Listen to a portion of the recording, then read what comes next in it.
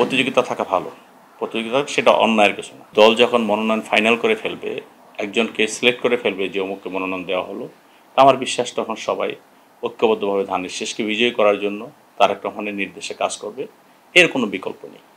আর party ভারপ্রাপ্ত chairman জনাব তারেক রহমান সাহেব তিনি কিন্তু একটি কথা বলেছেন যে আমরা মনোনয়ন তাকেই দিব যার সাথে দলীয় নেতাকর্মী এবং সাধারণ মানুষের সম্পৃক্ততা আছে। পাশাপাশি এলাকার মানুষ যেটা বিশ্বাস করে যে অমুকে মনোনীত হলে আমরা তার মাধ্যমে এলাকার মানুষের ভাগ্যের পরিবর্তন করতে পারব, আমরা সেরকম নেতাকেই আমরা মনোনয়ন দিব। আপনারা খেয়াল রাখবেন যে দলীয় নেতা নির্বাচন করা আর জনগণের নেতা নির্বাচন করা দুইটা ভিন্ন জিনিস। তারেক রহমান স্পষ্টই সেই কথা বলেছে।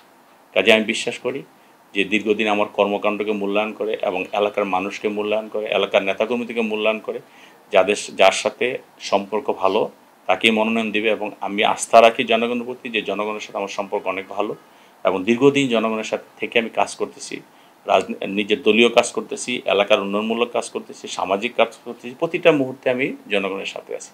কাজে ইনশাল্লাহ আমাকে মনোনয়ন দেবে বলে আমি আশা রাখি।